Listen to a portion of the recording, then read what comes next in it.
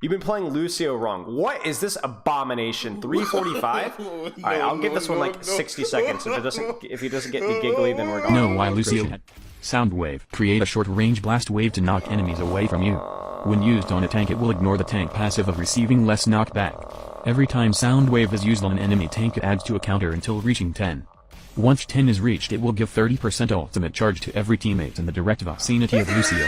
If a teammate already has their ultimate ability, it will give them 30% ultimate charge immediately after using their ultimates. 2 hours later.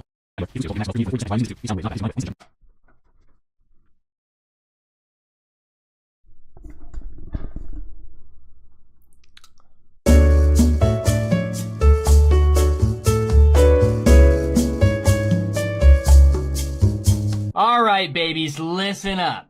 If you are a healer in Overwatch, you have to take these things into account. 3 things, they might sound basic, but hold on for a sec. Who's your tank, who are your damage dealers, and who is your other support? So there are 3 types of healers. There are pure healers that do little amounts of damage. There are DPS healers that do a lot of damage.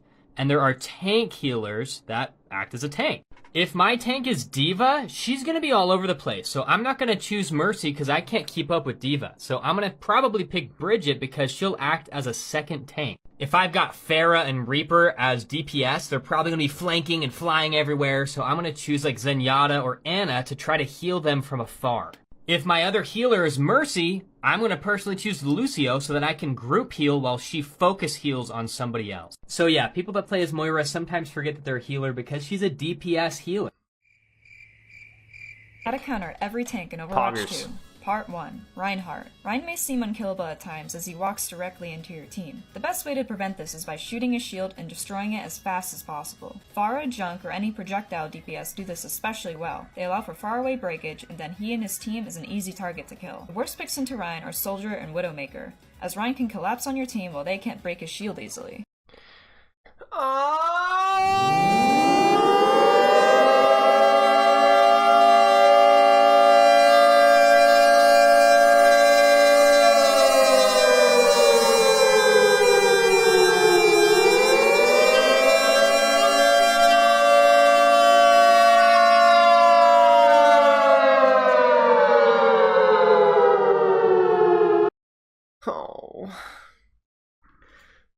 Hog.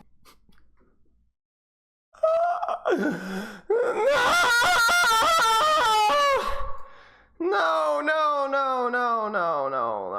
First off, Soldier Shield Break is like actually pretty good, but also why? As Rein can collapse on your team. Go around it! I can imagine all the bronze players get off of Soldier, man. They're on Rein. You're playing Reinhardt in Junkertown, yeah, but don't pick Widow. Oh, man. Oh, Zervac, thanks for the sub. What is this? This is a tweet. Quick tip to hard counter Doomfist without swapping to Sombra. Anytime Doom uses his power block ability, make sure you start shooting at his power block ability until it looks like it's charged up. Whenever Doom's gauntlet is charged up, he moves 25% slower and he takes double the damage, so he's extremely easy to kill whenever you see his gauntlet charged up. So make sure you guys are shooting his power block until his gauntlet is charged up, and don't forget to tell your teammates. So I was not aware of the stigma that was against Sombra. I had no idea that the community hated Sombra players this much before I started playing her. There's also a Sombra player on the opposing player's team, and I want you to check out the He's playing difference quick play. You're playing her quick performance play! and mine. You can see very clearly that she struggled to secure kills. But if Sombra is really this crutch that people say she is, how come this player who is using said crutch is not able to perform well? I won't say that there's not any validity. Shocking! People on lose team struggle. In the idea that she does need some sort of balancing, but clearly it's nothing massively overwhelming like some people think that it is. Overwatch 1, I've heard from plenty of players that she was hated back then too. So in my opinion, the real issue here is that you just don't like Sombra, period. Even though she had one of the lowest win rates. Anyway, I'm sure that I'll still keep receiving these type of comments, which is fine at the end of the day. All I'm saying is your hero literally just disables people from playing the game. Stupid design. I'm half joking here, chat. So. And the next thing that we're gonna be going I'll over look at it is later. gonna be High Noon. It's High Noon. High Noon is like an honestly high skill cap, high reward ability. Use it wrong, you're gonna get nothing. Use it right, you can get He says as he drops in the middle of the enemy team. It's a high skill, high reward high ability. skill cap. It's a high skill, high reward ability, y'all. Bye.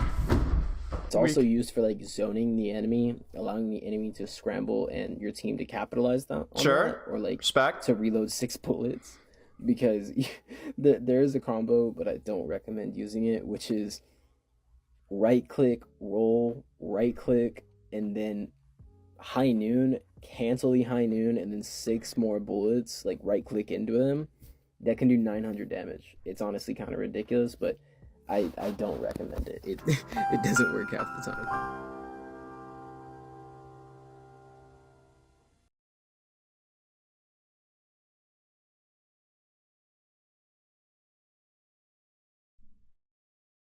Wow. Non-stop about which tanks are harder or easier to play. Entering over number 10, I gotta say Zarya. She's been gifted with the ability to use her bubbles on herself twice.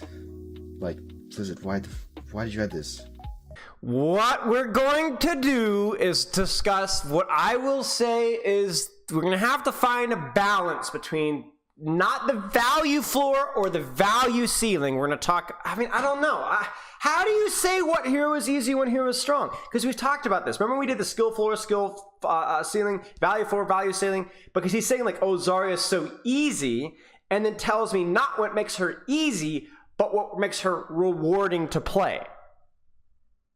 You see what I'm saying?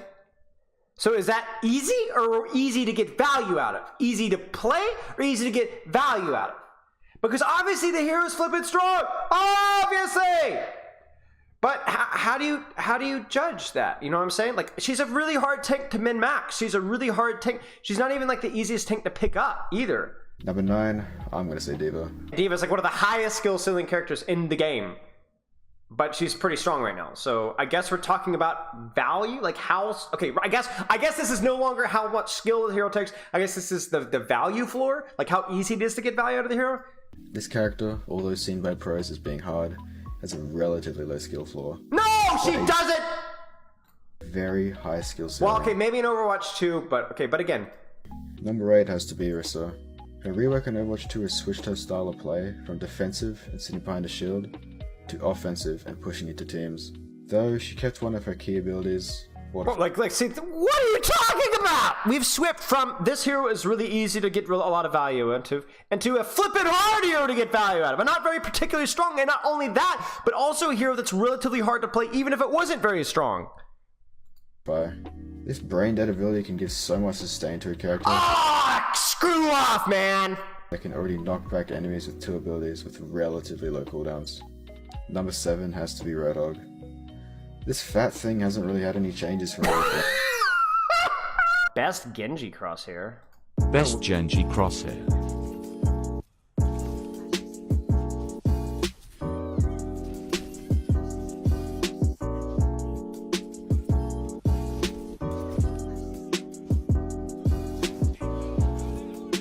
Best Genji. What? What? Is that it? People watch this? We're here with another useful tip. Do you know that they recently changed how Diva Bomb works? After the most recent patch, she does less damage whenever you look away from the Diva Bomb. You are welcome. Hey guys. Excellent. I applaud you, dear sir. Well done. What's good, y'all? I'm about to show you a trick that allows you to do more damage with Winston anytime you dive an opponent. Let's get straight into it. Please don't say melee cancel. Please don't say melee cancel. Please don't say melee cancel. Please don't say melee cancel. Don't say it. So you see how much health this training bar has, right? Don't say it. When you jump up and you leave an opponent, you're gonna do about 1 box of damage. Watch how much damage you do with this trick, though. Jump up. He's gonna do it. I just took off 3 boxes of health. How'd I do is what you're asking, right? So the trick is simple. You jump up and you're gonna want to melee right. The stupid horror movie where you see them. Don't open the door, man! Don't open the door! Don't open the door! Don't open the door! There's a guy right by you. You can see it coming, and you're still like, ah! I feel like I shouldn't have to say this, but if you're jumping in the air and landing on a target point blank, melee does not increase your damage per second because it cancels your ability to shoot with your gun, and it does not cancel the delay between stopping the shooting for the melee and resuming the shooting. In fact, the melee is only worth it for conserving ammo, and it is a risk, because if you don't land the melee, the damage is completely gone, whereas your gun has a much more forgiving hitbox. It does not increase your DPS. It does not increase your DPS. It is okay to do sometimes on targets that you're landing directly on, but it is not free damage.